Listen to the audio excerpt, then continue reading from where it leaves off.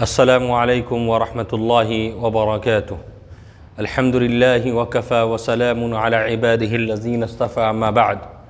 فاعوذ باللہ من الشیطان الرجیم، بسم اللہ الرحمن الرحیم۔ ان احسنتم احسنتم لانفسکم وان اسأتم فلہا۔ آج اللہ کے فضل سے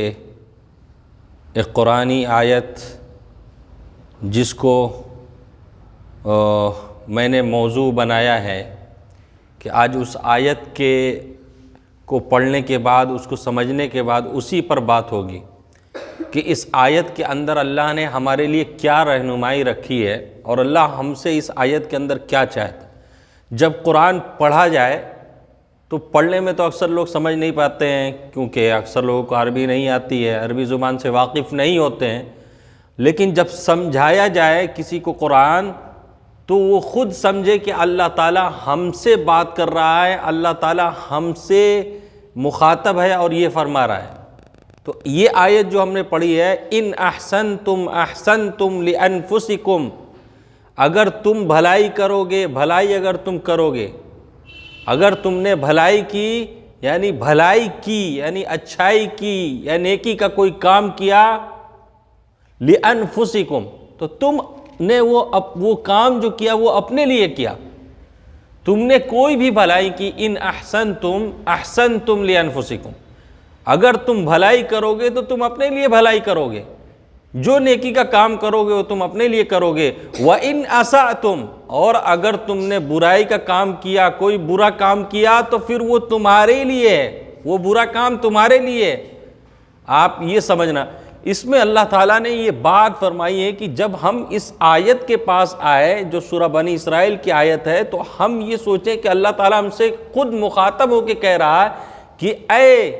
آدم کی اولاد، اے مسلمان، اے ایمان والے، جو تم کہتے ہو کہ ہم اللہ کو مانتے ہیں، تو کیا تمہارا اس آیت پر یقین اور ایمان ہے کہ اللہ تم سے کہہ رہا ہے ان احسنتم، اگر تم نے اچھائی کی، تم نے نیکی کا کام کیا، تم نے نماز پڑھی، تم نے صدقہ دیا، تم نے زکوٰۃ دی، اور جتنے بھی اعمال خیر ہیں، قرآن پاک کی تلاوت کی، اپنی زبان کو گالی بکنے سے روکا، بد زبانی سے روکا اور غلط خیالات سے روکا، یعنی جتنی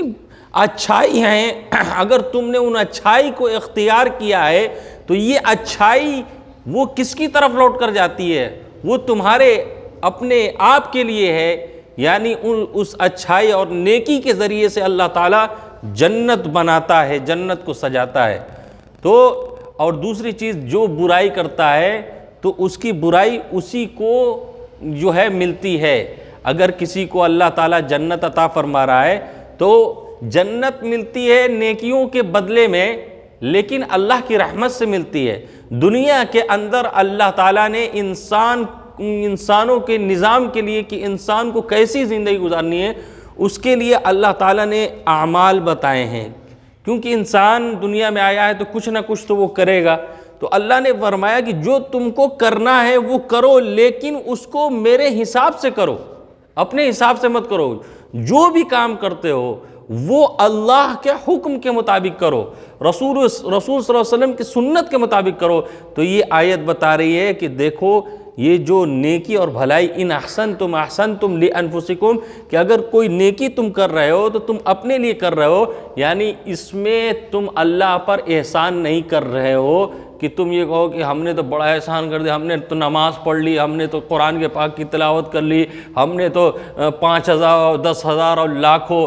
روپے غریبوں کو دے دیے، اور یہ کچھ معنی نہیں رکھتا ہے، اس کی کوئی حقیقت نہیں ہے۔ یہ جو بھی ہم بھلائی کرتے ہیں وہ اپنے لیے کرتے ہیں، اور اس کا بدلہ اللہ تعالیٰ قیامت کے دن دے گا، اور دنیا کے اندر بھی اللہ تعالیٰ دیتا ہے، دنیا کے اندر بھی اللہ تعالیٰ نیکی کا بدلہ دیتا ہے، اور برائی کا بھی اللہ تعالیٰ کے حساب ہے۔ اس لیے میرے بھائیوں، ہمیں اس آیت سے یہ بات سمجھ میں آئی کہ ہمیں دنیا کے اندر نیکی کی طرف بڑھنا چاہیے، کیونکہ نیکی ہی انسان کو اللہ کے قریب کرنے۔ نیکی کیوں کرنا چاہیے؟ نماز ہم جو پڑھتے ہیں اور نماز پڑھنے کا جو حکم ہے، قرآن کی تلاوت کا حکم ہے، والدین کی فرمانبرداری کا جو حکم ہے، بڑوں کا ادب کرنے کا جو حکم ہے، چھوٹوں پر شفقت کرنے کا حکم ہے، جو پوری زندگی اسلامی اعتبار سے گزارنے کا حکم ہے، وہ کس لیے ہے؟ صرف اس لیے کہ اللہ کی رضا مل جائے، اللہ کی خوشنودی مل جائے، ہم اللہ سے قریب ہو جائیں، اور جو اللہ جس وجہ سے اللہ نے ہمیں دنیا میں بھیجا ہے اپنی عبادت کے لیے، عبادت کیا ہے کہ مکمل اللہ کی بات کو ماننا، اس دنیا میں رہ کر پوری